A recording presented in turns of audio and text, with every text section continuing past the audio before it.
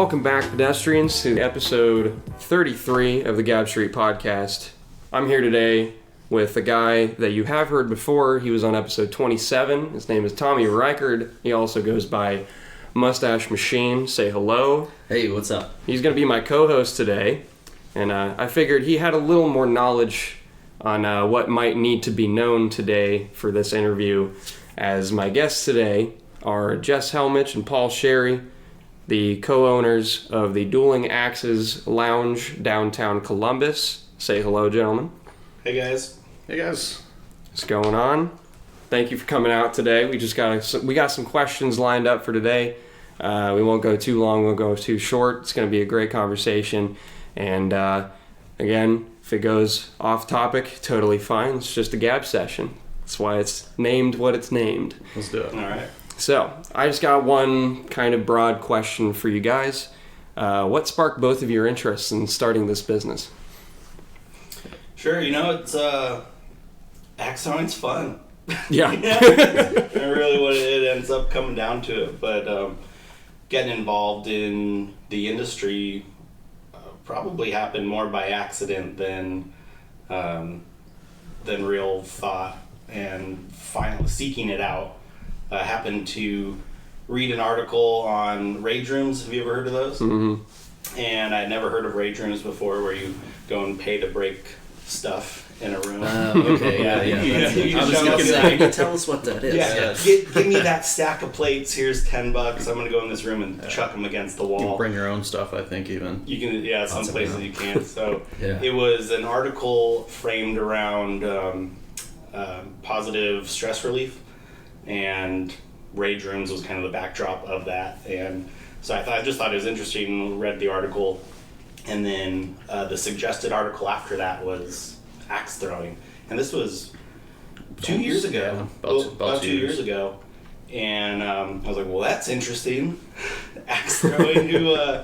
I got it immediately. I understand what this is, but read the article, learned that it was a thing that was coming up, kind of starting to be on people's radars. It had been in Canada for a little over 10 years at the time. Specifically urban in Canada, or just axe throwing in general? Monetized axe throwing, I should say. Organized at least. Organized, yeah. This is more of like a competitive, just in the backyard throwing axes at a tree. Okay. Right. Cool. Yeah, organized is a great way of putting it. And then it recently came over to the United States, just within at that time, just a year or two, they were starting to pop up. So I thought it was interesting. I had always wanted to own my own business and thought it was, had potential opportunity. Did a little bit of research on my own. I had worked with, Paul and I worked with each other for a number of years prior to this, and thought it was something that I could definitely use some help on. And pitched Paul on the idea over a round of golf. Yeah, I was in position to pretty much say yes to anything at that point. I mean, it was fun, but it had to be a viable business, and so right. I think that's the point where you decided we needed to figure out if people showed up, would it make money and put food on the family's table, right? And so we did the math, and it turns out as long as people show up and people want to keep coming back, it is a viable business, and it's been a lot of fun so far. Probably even more so than we expected at first. We were conservative in our estimates, and turns out it's a lot of fun and people really like it. Yeah. Is that based off of a number of how many people need to show up each day to yeah, of course. Sure. I mean, stuff like that. There's the minimum the break-even number, I guess, is all of your expenses in a general sense, right? So your rent and utilities and staffing and and our own pay, and we are open for so many hours a week, and we need to have X number of people come through the door. So as long as we do that, we're doing okay. And so it turns out it worked. Beautiful. Cool. Yeah. So what are some of the biggest hurdles over that process? I think education, I think, for the consumer has been a big one. Is really getting people to understand that we're not throwing firemen's axes across the room, and and it's more of an event like darts where you have it's competitive play. It is a safe activity, and getting people to get their heads wrapped around it before they make snap judgments about there's no way I would do that. Am I throwing axes and drinking beer? Sounds crazy. One of the favorite sound bites on that is axes and drinking beer, or throwing axes and drinking beer. What could go wrong? I had time for every time I heard that. Yeah. Right?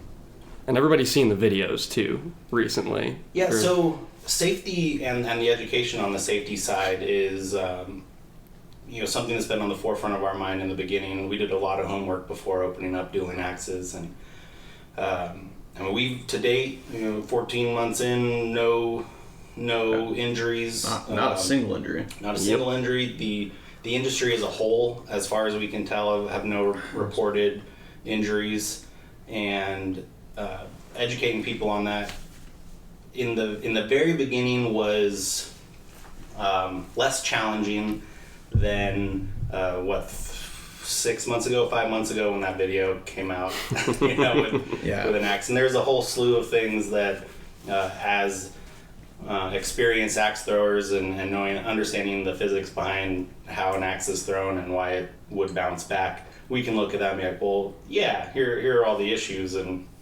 but it wasn't as in the forefront of people's minds until that video came out, and then all of a sudden we were like, whoa, that's a possibility. Well, and the industry's exploded too. So the number of axes being thrown has grown exponentially, right? And so probably when we started, 14 months ago, we were one of really a handful of companies that had opened. So I think we're certainly weren't the first, but we had been working on it really close to the start of the industry. And today there's probably at least 100 or 200 more locations open around the country, which means there's a lot more axes being thrown and a lot more chances one can be thrown poorly. And when people start opening more and more businesses, there are more and more people trying to get in on that trend that aren't necessarily educated on how to properly run it too. So they might be giving the wrong materials and such, and they might lead to those kind of videos too. Yeah. So maybe definitely possible. In our experience, everybody that runs the businesses seems to be taking safety very seriously. I mean, you have to. Yeah. And so I don't think we've seen any situations where business owners are clearly not taking safety seriously. I mean, you have people in the space. You have a significant portion of your budget. Allocated towards insurance. I mean, right? And so safety is a big thing, and so one thing goes wrong and you're not paying attention. It's the business is in jeopardy if you don't take it seriously. Absolutely. So, how did you guys' backgrounds before this business impact the way that it came together, for better or for worse? Yeah, so definitely say it's for better. Yeah. Well, we've got good complementary skill sets, and so and it really just comes down to our previous experience, right? And so my background is in construction. Went to school for architecture first, I guess, and then that wasn't for me. Got into construction management, and graduated in 08, 09 when the economy fell apart and people weren't building anything, and so I didn't have to, but I decided to go into sales. Wound up in home remodeling sales, so a lot of kitchens, bathrooms, basements, and then moved into mostly exteriors with like windows and siding and roofs. And moved out of that into operations, and so you kind of see the business from sales into management of how the business runs, and moved up from there. And so my background is largely operations in a business sense, whereas Jess is marketing, I mean, really marketing heavy. Yeah, the whole of my professional career has been in marketing, so helping grow businesses, getting it out to the public, public education, and all of that. But another side of it that I don't really talk about a whole lot, but is definitely a big influencer in how we got to this point, is that all of my business experience has also been in small business. So working directly with the owner operators of the business, you're talking until I got up into some bigger positions, companies with less than 10 people. Yeah. And so I'm fortunately enough been able to be part of conversations well ahead of, or business conversations and business decisions well ahead of really being in a position that called for it, Cool. and seeing the outcomes of those decisions made and the reasoning why they were made. So I was always really inspired by those bosses, those business owners, and wanting to be able to do that for myself someday.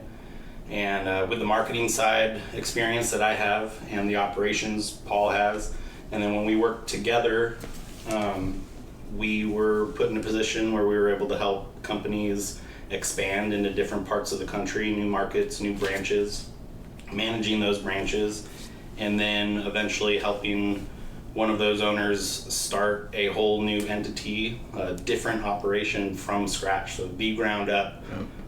We were able to be part of building that and making it work.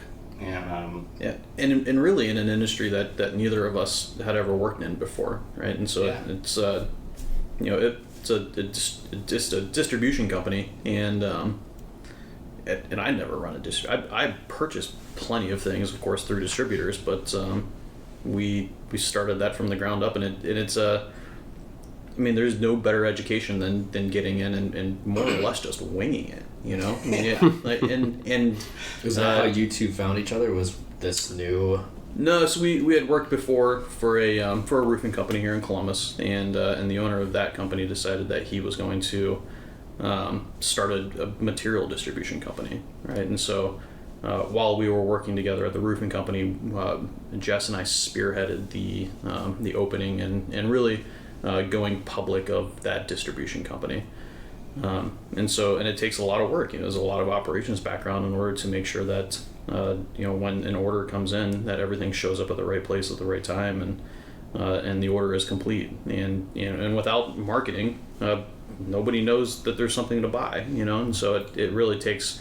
Those are really the two core functions of a business: making sure that someone walks through the door, and then when they're there, the employees and the staff and the functions, the software, everything works to at least give the impression that you know what you're doing, right? For sure. Yeah. Gotta have that. gotta do Right. execute on what you say you're gonna. Right. For Dueling Axes, what's the marketing you use now? Is it mostly a social media platform? Is it some other sort of way you're getting the word out there to say, hey, come throw with us? We use social media a lot. We have some pretty good followers.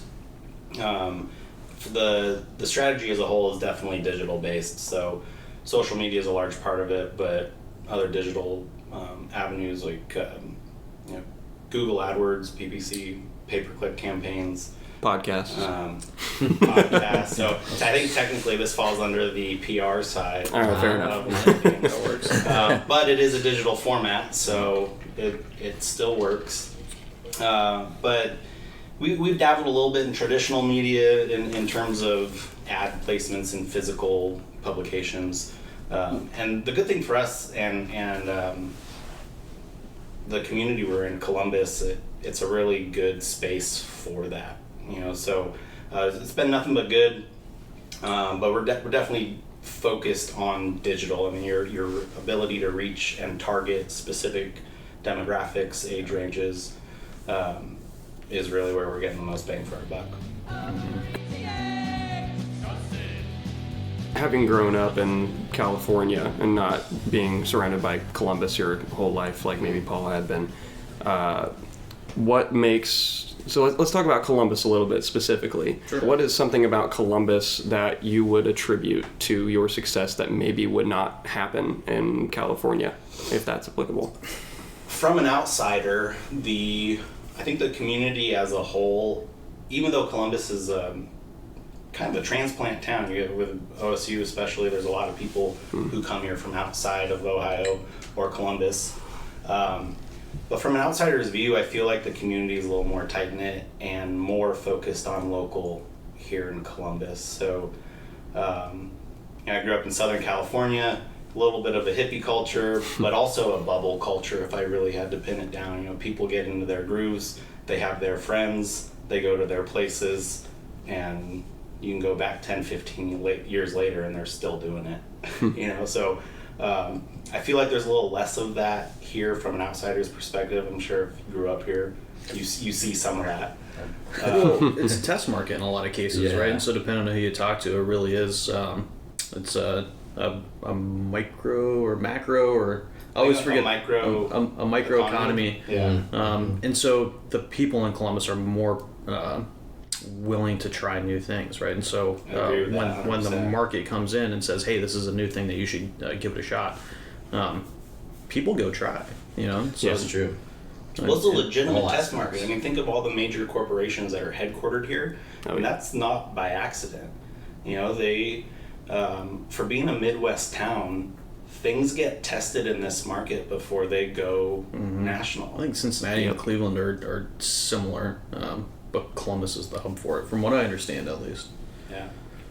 It's been great, and I love Columbus. I have no plans on moving back to California.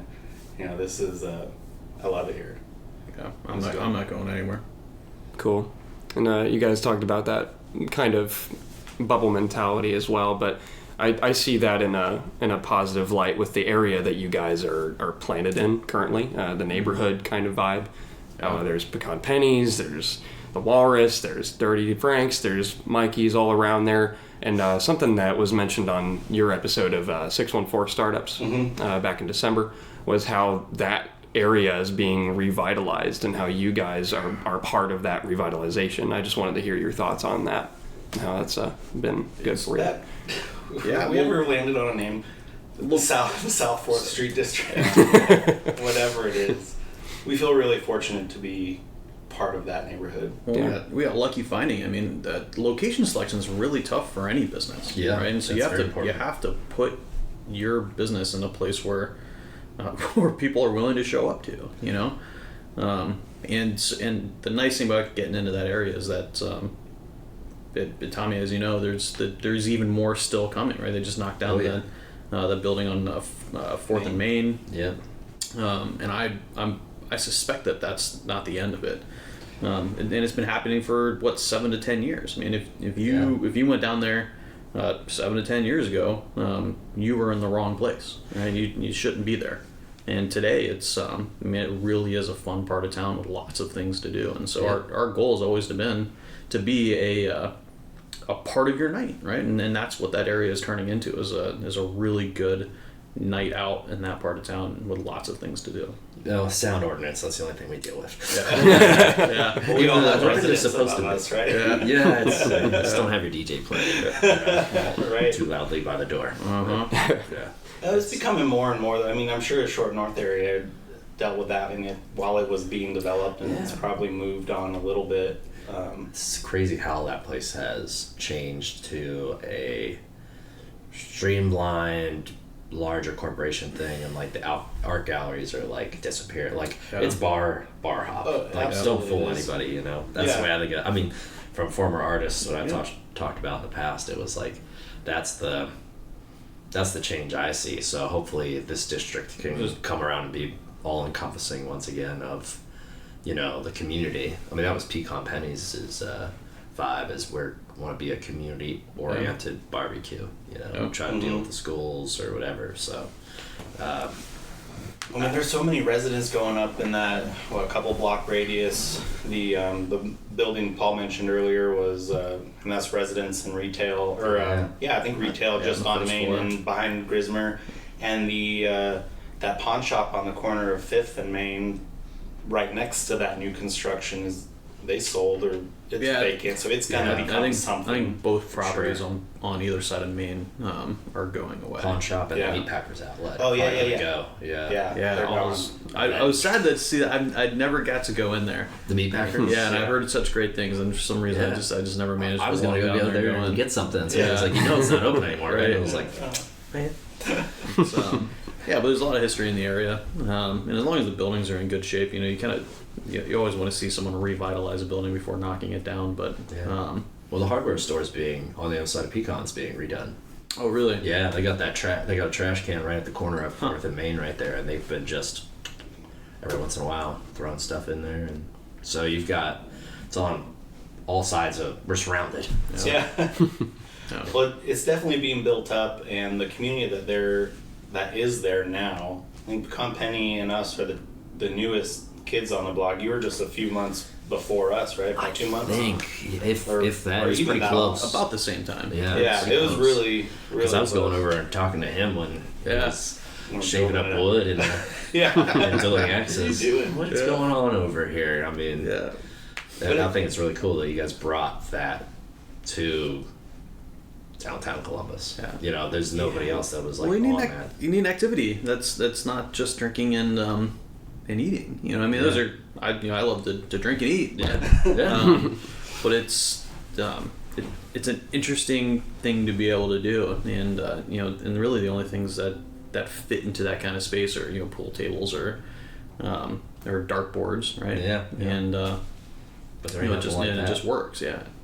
The infrastructure to build a night out in that immediate area is really great, and it's all owned by local operators, people who are from here and part of the community.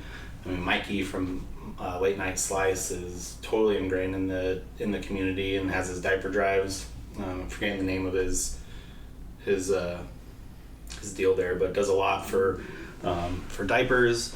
And Kevin, has multiple stores in the restaurants, and he's part of Duck Donuts too, right? Yeah. Kevin, Brad. Well, there's a new one coming in, right? And you guys have a new restaurant, not too far. Right where they just built those other apartments. Right. On 5th and Town. So we have Woodbury. Oh, really? That's on the bottom of that. So we'll be bringing another thing around. We love it. And even Rob over at Dirty Franks, they've been really good friends to us. I mean, they the community down there is phenomenal, and we all work together, and we're all in it together. There's no need to shun anyone in that area and say like, well, I want the customers over here.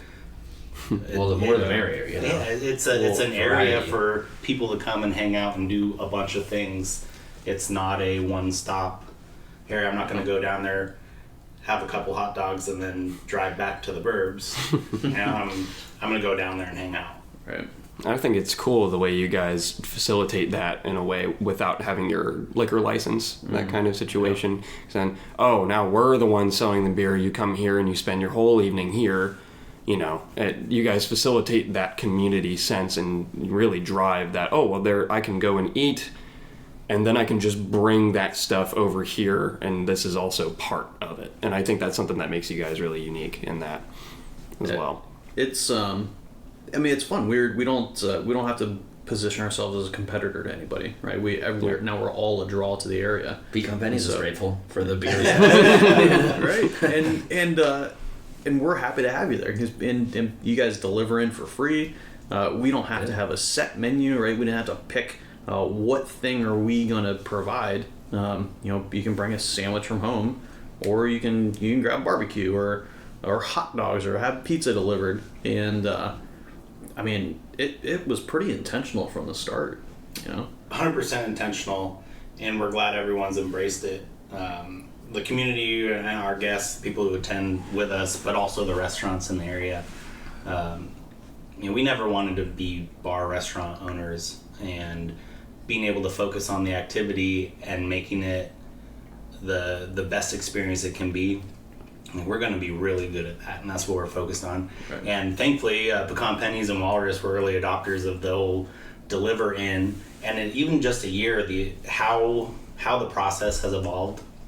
When the first couple months that we opened, and people were like, "Oh, where can I buy some beer? Where's the bar?" I'm like, "Oh yeah, we don't have one." And it's like, wait, what? Well, there's a gas station. See that blue awning over there? There's a gas station, and Late Night has $2 PBRs that they'll sell you, and you got Walrus around the corner, and then you guys were like, "Oh, we'll just have them call over and we'll deliver it. We'll just run it over real quick." I'm like, "Oh, that's great. Give us some menus so we can get it in here, and let people know." And I don't think so much anymore. People understand that we're BYOB, and it's a little more known now. Yeah. And it's really fun seeing all the coolers. So coolers, being more than welcome, encouraged even to keep everything cold. But when it's a busy Friday, Saturday night, and there's a cooler at the end of every table, and people are just having a good time, it's fun.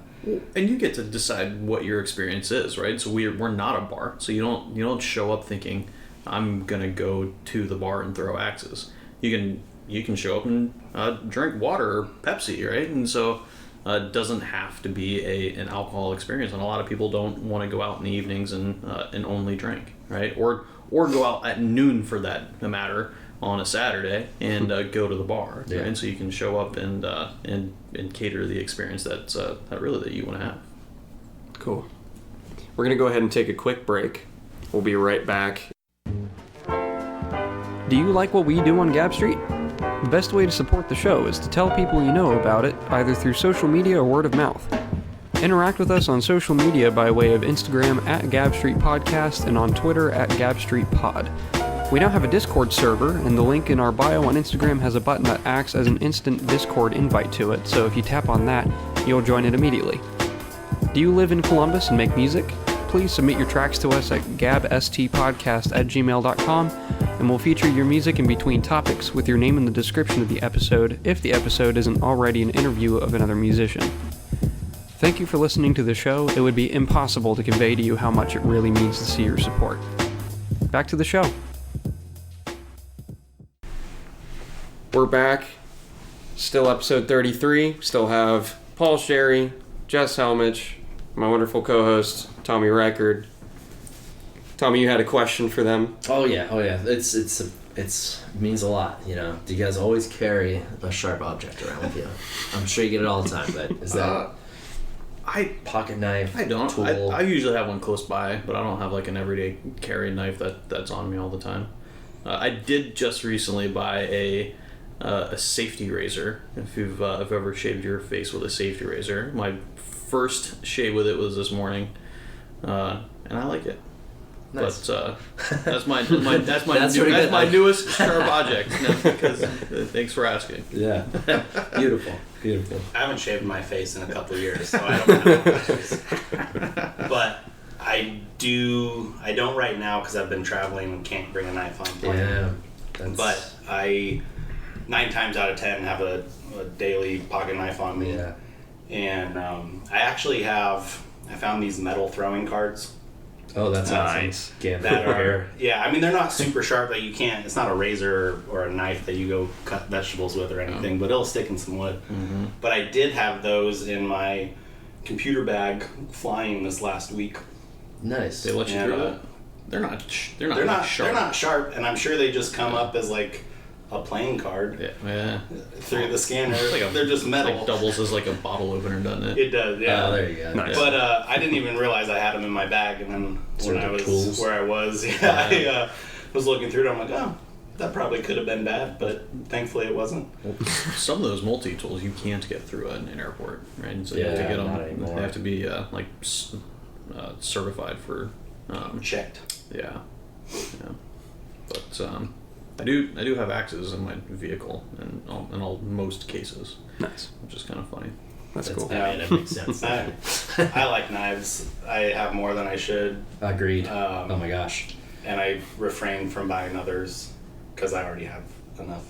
I think I've gotten to that point. Like I have something in each room of the house that's sharp, and then that's like my wife is telling me, what do I do when with the kid and stuff. It's like once he starts moving and grooving, it's like, well, most of them are up high enough. Yeah. But I always carry a pocket knife on me. Mm-hmm. You got to play Mumbly with people somewhere sometime. Yeah. So I used to have a like a keychain knife, like just real small like folding knife, and it was the knife I used most often, just opening boxes and who needs like a huge blade for something? And all you really need is to open an envelope or cut open a box. Zombie apocalypse, weapon of choice, right? There you go. Yeah. Perfect. I personally carry a flashlight taser on me, and that is the only. Yeah. Flashlight taser? For real? It looks like a regular ass flashlight, and then you flip it on, press the button, it's zapping. Doesn't No work. way. It does work. Well, put someone down. Oh, well, it almost worked on me once. Accidentally. In your pocket, messing around? Yeah. It flipped the switch in my pocket, and I stepped forward with my left foot, and it hit the button. But it was luckily far away enough from me. Did you just hear it? I just heard it, and everyone else around me heard it. They were like, dude, you can't be doing that around here. What is that? What is that? Oh, it's nothing. No. Don't worry about it. Flashlight. Is it strong enough to put someone down? Yeah, probably. Wow. It's from Vipertech. Probably. We need to know. Yeah, We should test this out. All right, who's first? Hit me. I've hit electrical fences, you know? Is it worse than that? I'm not willing to test it on myself, but I probably shouldn't use it if I'm not willing to test it on myself. I'd wonder. That's probably. I've been hit with a cattle prod, so I'd wonder how closely it is to that. You know, farm antics. You get bored, you gotta start. Find something to entertain yourself. Yeah, you know. Wonder what this does. I mean, in the wintertime, cow pies make pretty good frisbees. So make your own way, you know. Yeah, that's. So we've talked today about a lot of sharp objects, about a lot of self-defense, but what are your guys' interests outside of the business, outside of axe throwing? You know, anything that factors into the business. If it doesn't, you know, what are you guys into?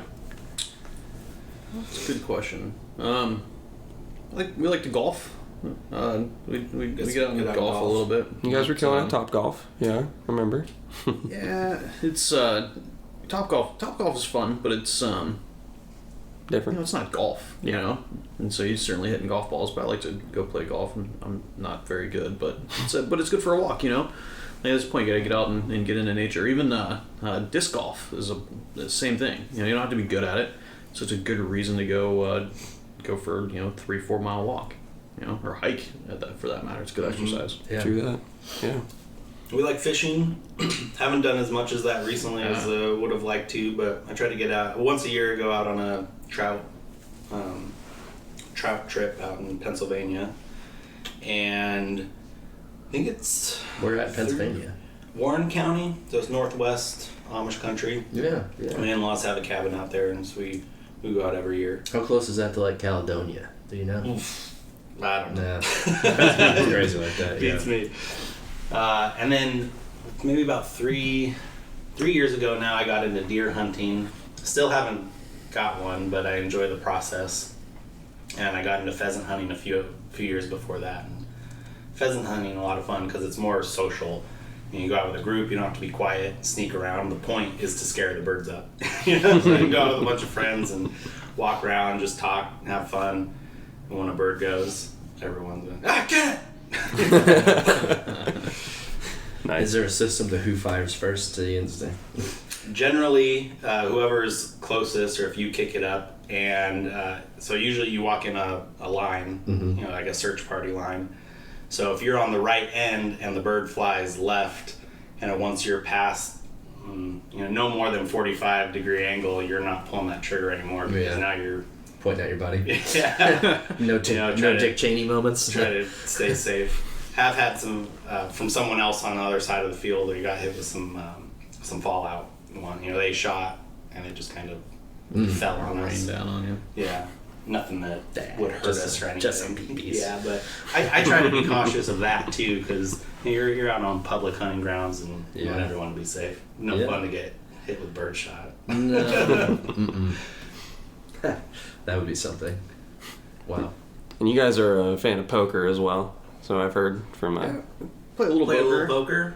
Very very friendly poker. You know, again, it's mostly a good reason to get together and sit around a table. That's really what it is. Yeah. At least the ones I host. Yeah, it's more about getting together. No one's trying to pay rent. You know. Yeah. Yeah. It's it's fun. So those are the hobbies that we like doing, but honestly, in the last 2 years, so I have a 2-year-old little girl now. So, while we love fishing, haven't been going as much as we want because doing stuff with family, but having a kid is great. Tommy's newer to that boat, but what, 5 months in now? 5 months in now, coming up next week, or within this week. It's pretty crazy.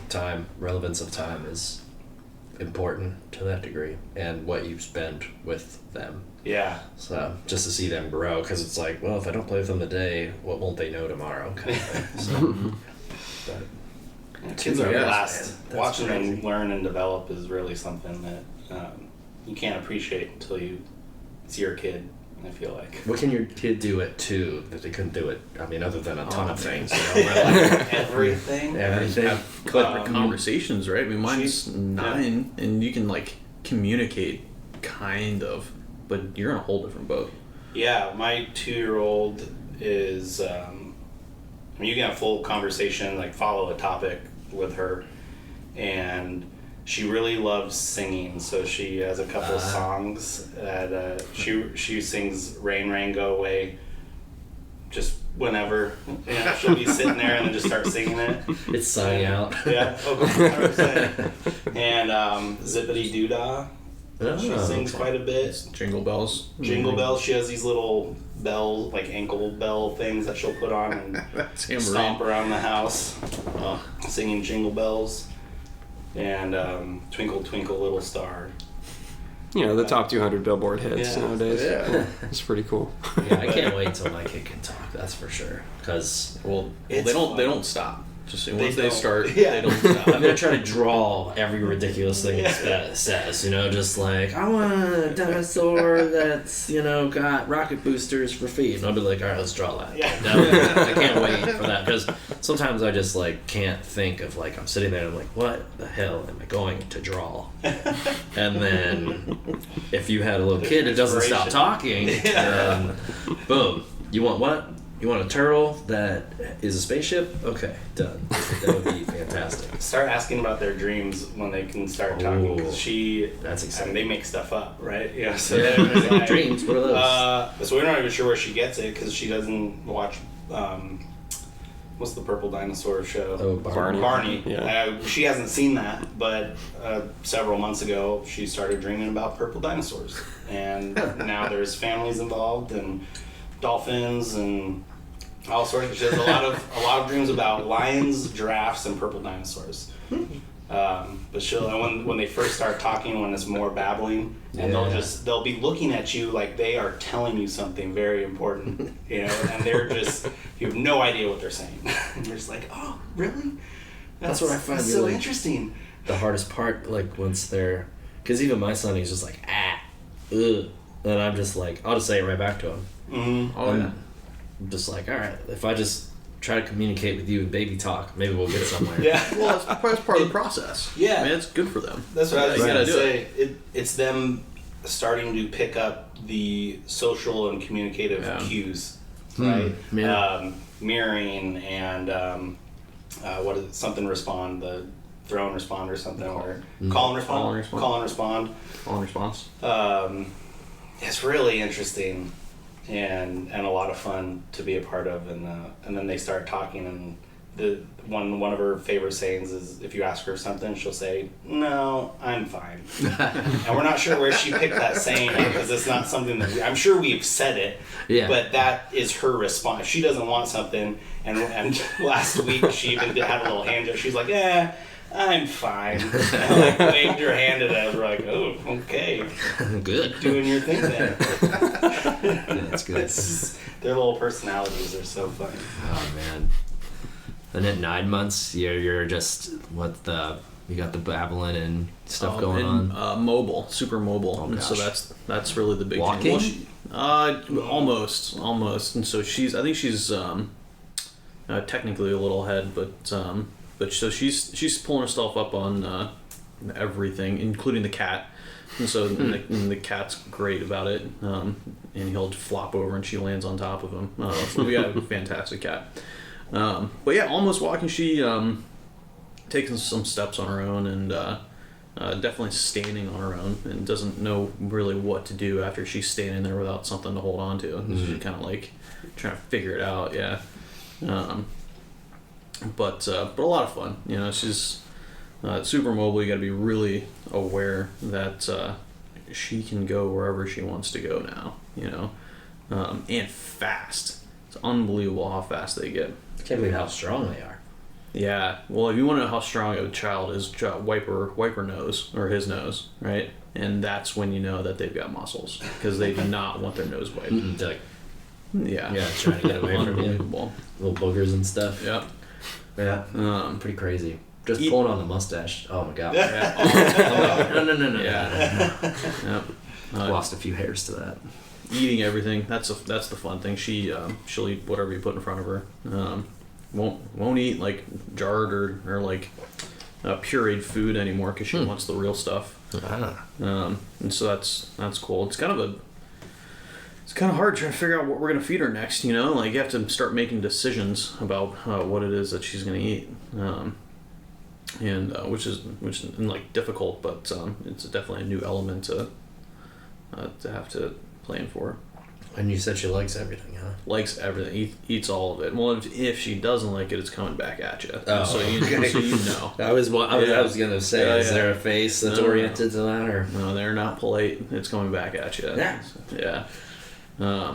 No, but for the most part, she'll eat everything. You know, veggies, proteins, snacks. So many snacks. Our house is loaded with snacks these days. But it was just a ton of fun. Like this morning, we had breakfast on the outside. nice? You know, Oh, that's just good. rolled her out, and we had breakfast on the deck. And I think she was confused for a minute, but she figured it out, and we had breakfast. I was really surprised that high chairs were now just right here at 4 end of 4, beginning of 5 months. Once they can hold their head up. Yeah. Yeah, and just to see my wife sitting with him on the floor the other day, and him just kind of sitting there, kind of hunched over, just grabbing and stuff. Loves mirrors. Loves mirrors. Loves looking at himself, or he thinks it's another baby. I don't know, but whatever he's got going on. Figuring it all out, man. It's the most adorable thing. I never. I was like, I'm not gonna be a dad ever. I mean, I was kind of a delinquent when I was younger, and I was like, dad life, don't get it. And then you have a kid, and you're like, dad life, totally get it. Yeah, so it's good. It's cool. Yeah, it's definitely. If you weren't an adult already, it helps you get there. I think I was pretty close to an adult, so I think it worked. Yeah. You know. So Taryn was, when Paul and I started building Dueling Axes, she was at an age where she was pretty aware already, beginning to be aware. And so while we were building it out, she would come down, and she just started walking. It wasn't talking yet, but has been in the space and kind of seen it happen for the majority of her life at this point. And she knows what daddy's work is, and if you ask her what it is, she'll make a throwing motion and go ksh, like throwing axes, right? And now I come home, if I'm wearing a Dueling Axes hat or shirt or something, she'll look at it and say, daddy's work. And several months ago, I had a morning meeting and I was wearing a Dueling Axes shirt, and she had just woken up, so I went up to get her out of her crib. And the first thing she said, she was standing at her crib looking up at me and saw my shirt, and then looks up at me and goes, "Daddy, no go work." I was like, "Oh my God, damn it!" Sorry guys, canceling the meeting. Yeah, That's it. I'm staying home today. Man, yeah. Man, that'll be something when I hear that. That'll be an eye. That's interesting. That goes back to something I think that you wanted to touch on when you made the motion and the noise with the VR stuff. Oh. Yeah. So where's that at? One of the questions that the guy from 614 Startups asked you, it was very out of the blue. I was taken aback by it, but he was like, so how do you feel about the competition that VR axe throwing is going to pose to your business? I remember that. It's I mean, I think there's a place for anything, I mean, it's just like a Wii bowling, but that doesn't replace bowling, right? Exactly. Right? So you can certainly have fun doing VR axe throwing, I guess, but I mean, the thing about throwing axes is that it's like a gut, very satisfying feeling when you get it to stick to the target, and there's nothing really like pulling the axe out of the wall because you got it got it to stick, and then once you kind of figure it out, it's a competition, Yeah.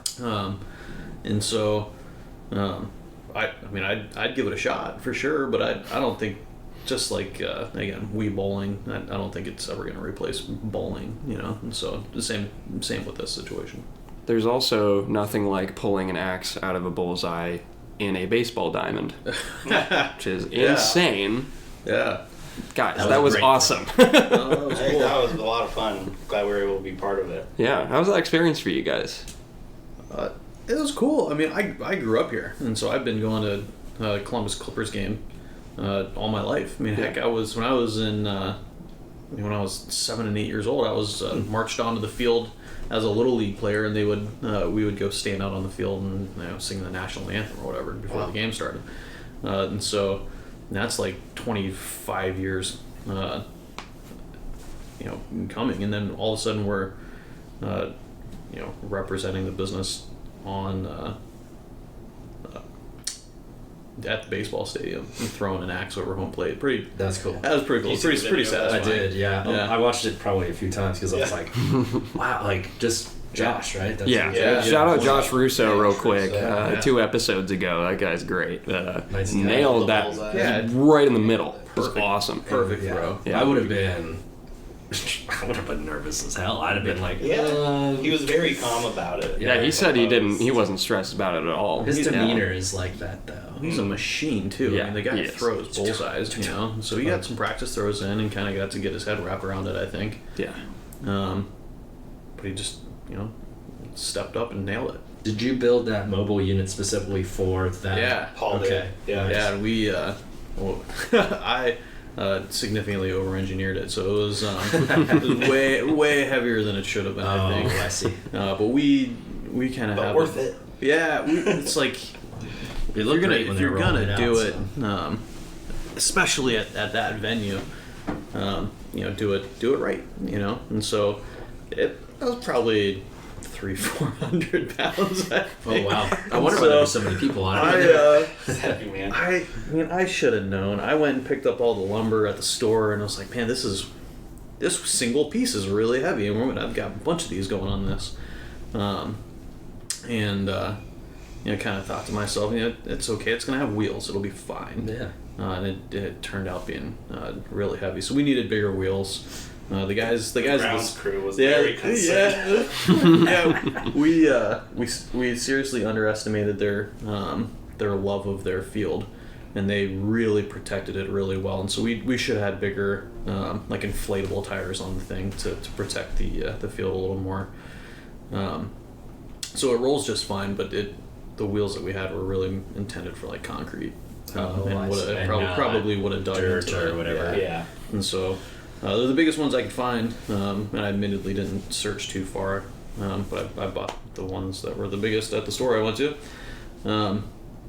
And anyway, they rolled it out for us. It kind of worked out in our favor. We didn't have to roll That's it, true. right? We didn't have to- So the grounds crew was like, Heavy it is. No, Whatever. We'll take care of Yeah. it. Don't mess with our field. Yeah, All right. yeah, they're asking us if that was okay. I was like, you go right ahead. That thing is heavy. One dude tries. He's Yeah. No, there were 3 of them. like, waiting for people over. Get over here We'll now. put a dolly under it or a hand truck and Yeah. wheeled it around. 3 very fit grounds crew guys had to handle it, which worked out. Well, it looked great. That was the point. Oh So yeah, good. it looked really good. That's Yeah. what I was wondering. It's It's, like because I knew you guys had mobile units for, other stuff. Yeah, that's more of like a full range, right? And so we can go build Cage and a everything. full cage and thing for for an event, which is really our goal for that is for it to be a multiple day event if at all possible, because it takes a lot of time to build that. But this one, it needed to be able to roll onto the field, roll off the field, quickly for a single throw, and of course represent the business and our brand in a way that we were proud of. Yeah. Right. That's interesting. You said with multi-day events. Have you guys thought about a music fest, like just a unit that is going out and traveling Yeah. Yeah. and saying, Um, "Hey, we're here, but we've now we're in done it. Tennessee because there's this Yeah. music concert going on or something." So yes and no. Yeah. What we have now is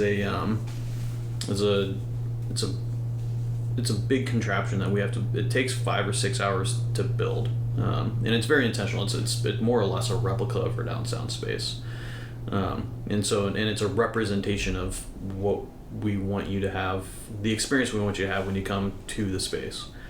And so in that sense, it's really best for like trade shows, and outdoor events. Or we were at COSI, for example, which was a ton of fun. But again, it's kind of a unique place to go. So we were willing to go set it up for like 3 or 4 hours, I think, worth of throwing, right? Yeah, we're pretty selective. So we actually get quite a bit of interest in the mobile unit and people asking, and we have to be fairly selective because of the time and manpower it takes to set up, then operate, and then tear down.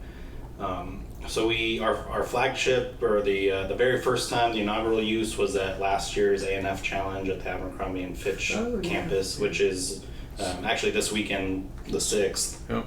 So we'll be there again this year. Cool. After this gets released. But that's a forum that it's unique, it's big, it's only a few hours, but you're in front of a lot of people. It's a higher end event. Our build is a higher end build. It's not just chain link and a target on an easel. It's truly representative of what we offer. I think the only multi-day event we've done is the wedding show last January. The Columbus wedding show. Throw axes at a wedding trade show, which was try this dress. Really fun. We had one of the dress models come in and throw, and she loved it. It was hilarious. Really She's in well. a full-blown wedding gown. Wow. High heels. Yeah. That's awesome. And she threw great. Great. She's actually Miss Ohio. Oh, really? She won a few months back, and Cool. What is I her think was name? just somewhere.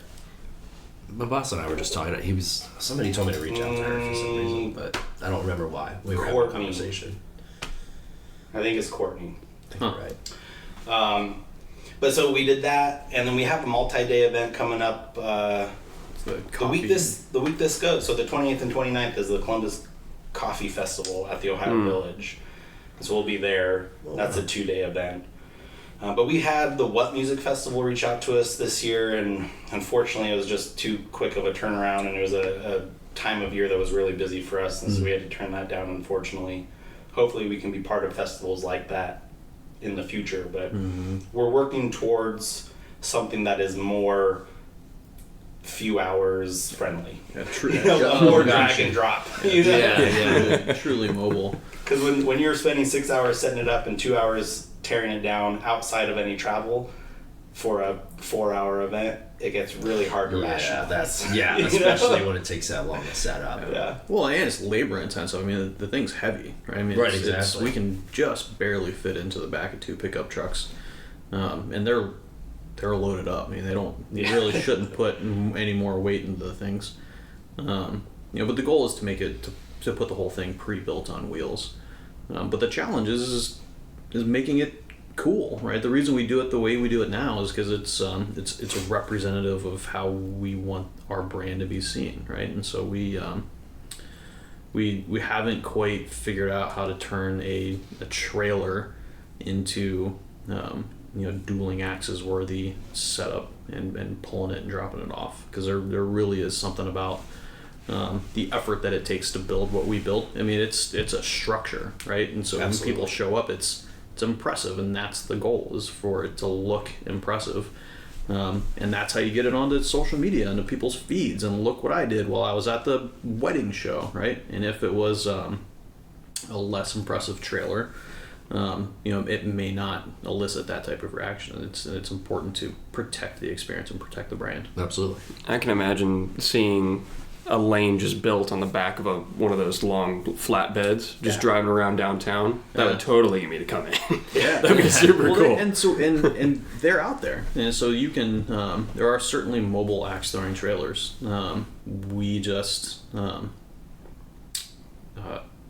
have a high standard. We have a high standard too. And we're just not willing to compromise on it. And so. The downside of the trailers is that they're only so wide, and you really want 2 lanes on and anywhere you show up, you want to have 2 targets. And trailers are about 8 feet wide, which only leaves 4 feet for each person in there, and you're shoulder to shoulder, and it And again, it just isn't the experience that we want to provide, and so we haven't done that yet. And if you don't have a divider between the two targets, you not that it's not safe, you just have to take extra safety precautions, which again we're not willing to compromise. And going back to one of your earlier questions about our experiences and how we built this, we're trying to do something really specific, provide the space for an experience, or provide the opportunity for an experience at a higher level than what a lot of the rest of the industry is doing, and that's a core value of ours. It is, we're not willing to compromise on the experience you have with us. Yeah. And so it's just a challenge that we'll figure it out. We just haven't yet. We have a lot of things going on. And thankfully we do have the mobile unit that we do have, and are able to set it up at some really cool events around Columbus. Yeah. Cool. And we get to be picky, so we do get a lot of requests for it. And so fortunately, we find the ones that we think will be cool and fun, and that's pretty important standard for us. Will it be cool if we're there throwing axes, right? And if the answer is yes, in a lot of cases we'll go, even if it's more work than maybe what it's worth. Like for COSI, for example, we were on the river behind COSI with the Columbus skyline in the background. I mean, we were joking. We would have set the thing up and built it just for a single picture because of where they let us put it. Oh, yeah. Right? And we would have broke it right back down, and we would have left the same day. Right? We got to throw axes at COSI, and so you make exceptions in that case when it's cool and fun. Yeah.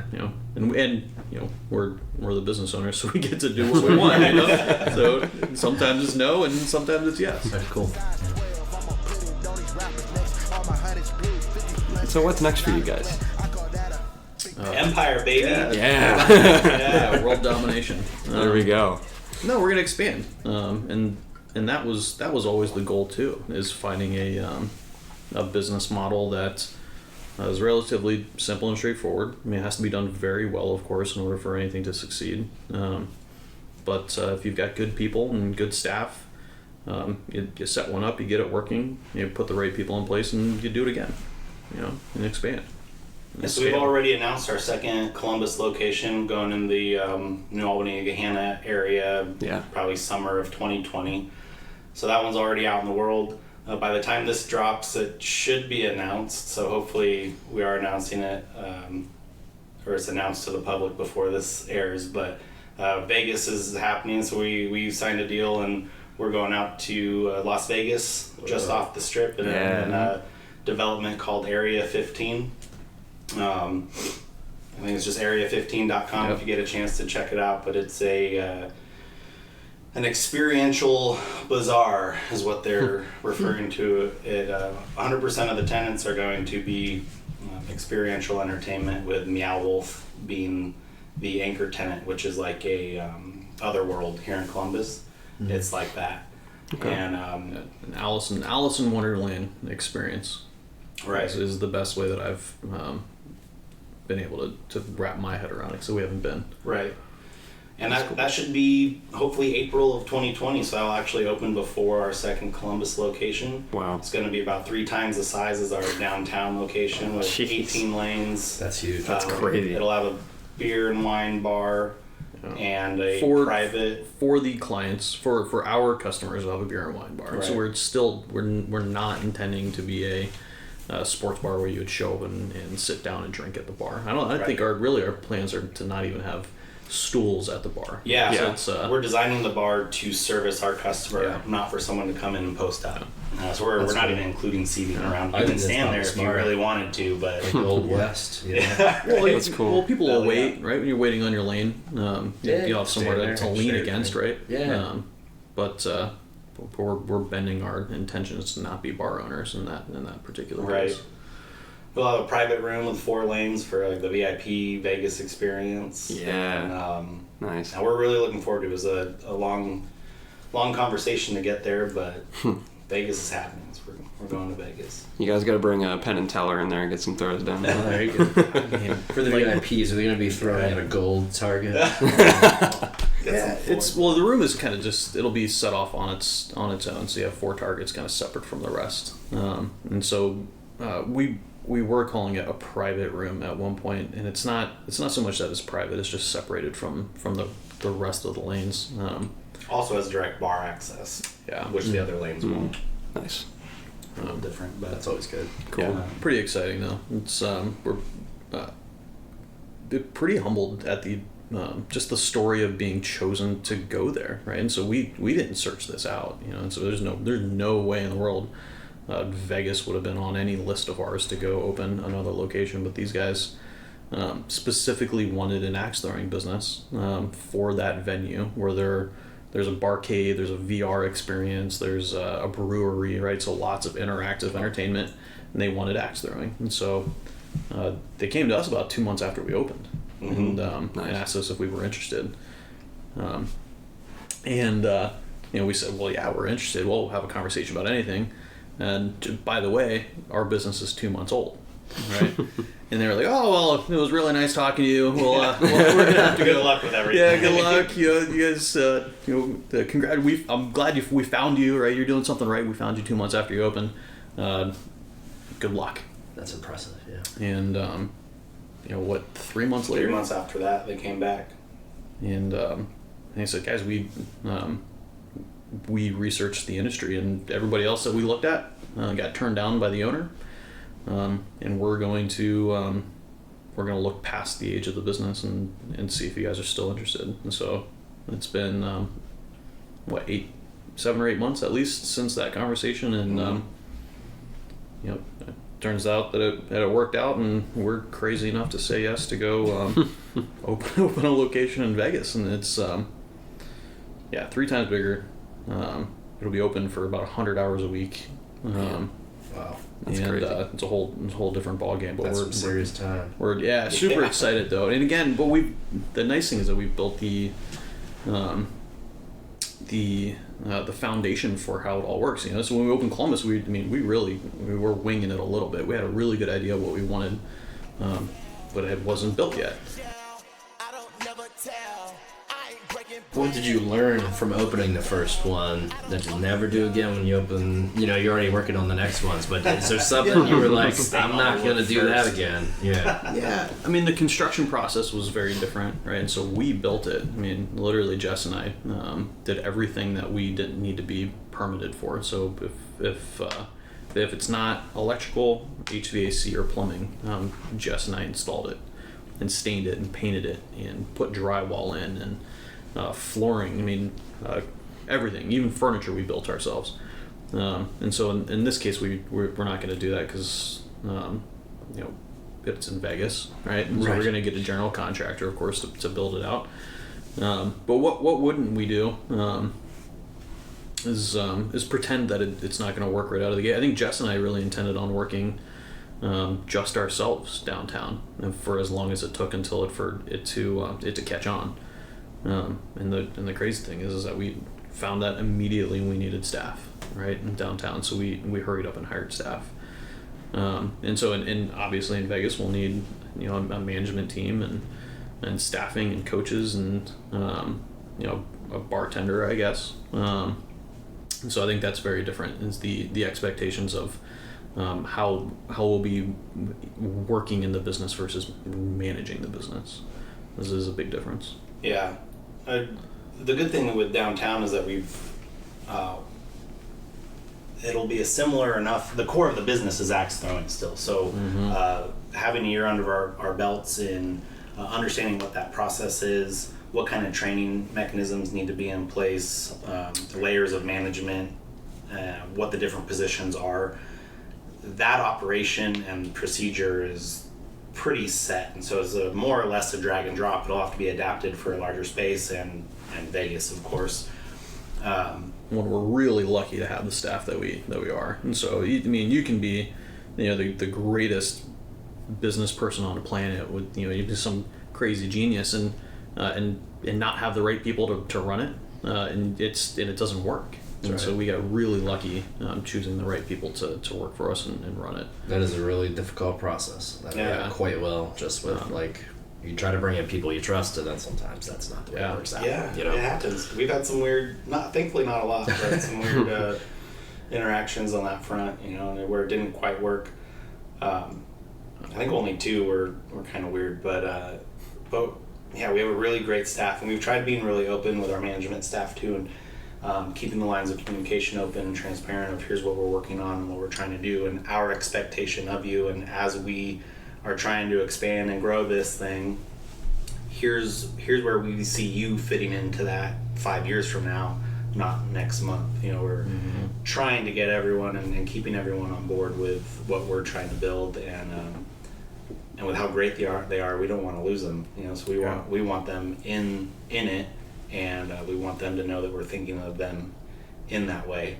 And so far, it's been really good. Well, and the only way it works is with them too, right? And so, you there's always a sentence where everybody's expendable or replaceable. There's lots of operations guys. Someone could do what I'm doing, but without having the conversation with our staff of where we need them to be in order to do what we want to do, right? And so all of our staff, or at least the management, knows what the long-term goal for them is, and we need the answer to be yes. And if it's not yes, we got to find somebody right. Who wants the answer to be yes. Yeah. Or else it makes it really tough. Yeah. Right? That's what it's all about.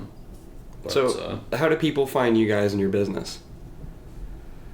I'm mostly online. Well, I should take that back. Mostly word of mouth. We have goes back to the city of Columbus. Man, people have really enjoyed axe throwing, and they go and talk about it, which is really great. Our customer base is fantastic. Yeah. A lot of repeat business, and people sharing the good word. True. Our social presence is pretty strong, so a lot of people hear about us online. But Columbus is a 2 million person city, the greater Columbus area, and there's a lot of people, and I think every time we do a off-site event, so the ANF challenge that's happening this weekend, the COSI event was actually really eye-opening. When was that? That was April or so? Sounds right. The amount of people that saw our setup, and they're just like, what? Axe throwing? Yeah. What is this? And you're like, hold time out. You haven't heard about axe throwing? It's almost as exciting as... They had no idea, let alone that it was available to them downtown a few blocks away. So there's a lot of people that still just have no idea that it's even a thing. Right. It's fun running into people you don't know that, learn that you're the owner or you work at Dueling Axes, and they've been there and they loved it, and they tell you a story about how much fun they had. And as a business owner, it's even more fun running into people that have never heard of axe throwing, And so you're like, let me tell you about it, right? Yeah. So and there's a market out there for people that want to do it, and the business the industry is expanding and growing, which is it's all really good indicators that this is something that's going to be around for a while. Yeah. And where did you guys come up with the name for Dueling Axes? Where did that originate from? We had lists and lists probably of names. At least 100 different names. And a lot of them were small variations on each other. Right. I think ultimately Paul came up with it. I think it was your idea. We were trying to. So one of the things we try really hard to do is be ourselves and be original.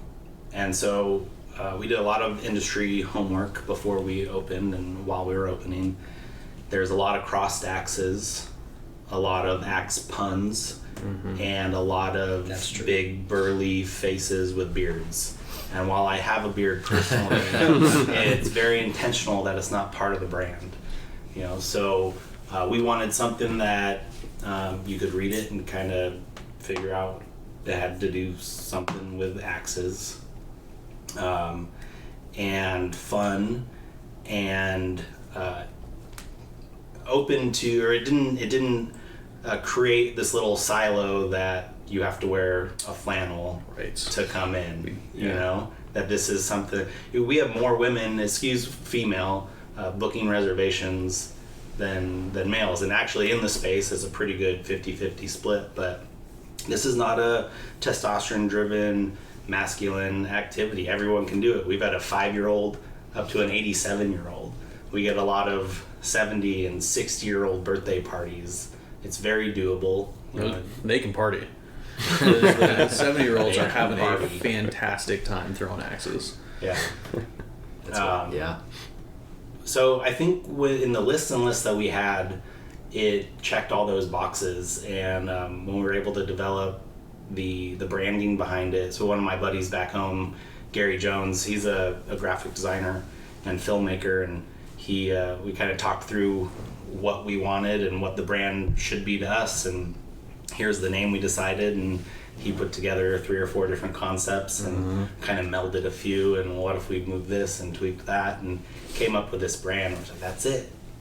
And I love seeing it still. Yeah. When it's out in the public, and it's pretty, really, really proud of our brand.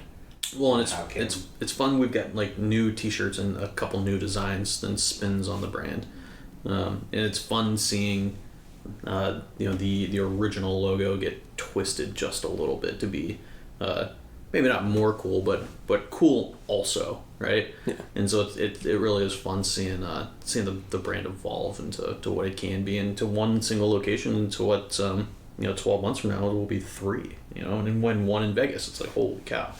We really gotta, you have to execute. It's a ton of fun watching the brand. So how do my listeners find you guys in your business? Oh, right. Sorry. Fine. They can go to our website, theduelingaxes.com, or any of our socials. We're on all the social platforms. Instagram and Facebook are probably the most active, but we're on Twitter and LinkedIn as well. We pride ourselves on communication with the business, so if you call us or email us, the general email is info@theduelingaxes.com.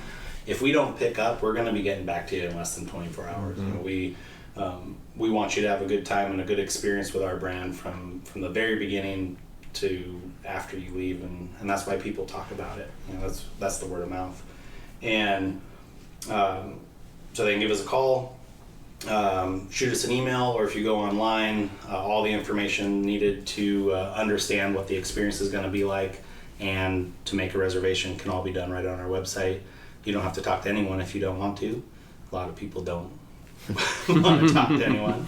Let me do my thing. So there's an online scheduler that'll show you in real time the availability based on your day and how many people you have. Cool. Do you guys have any special shout outs to give to anybody that's helped along the way? Lots of people. Yeah. Our wives and family, for one. They've been incredibly supportive. But all the people that believed in us and our professional teams, we've been really thankful and appreciative of the professional team we built around us. Mike Renner being our general manager, he's amazing, really makes everything work. Cory, you're part of the key staff. Thanks. We appreciate you, all of our coaches. Alicia Timms, our assistant manager.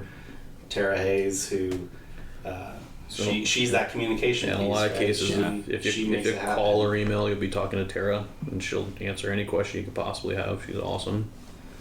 All of our customers too, though. I mean, we have some diehard fans that come in a lot. Josh Russo and Zach Crawford just represented us in a national open waddle tournament out in Des Moines, Iowa. Yeah. And that was really cool that they wanted to support the brand and represent us on a national scale. That was really cool, and we're thankful that they're into it enough and appreciate what we're doing to be part of it with us. Well, they were competitive too, in a real way. It was their first competition out there, and they went and they really did represent Columbus and in the axe throwing world in the U.S. Open, and did very, very well. And they were the only 2 from Columbus.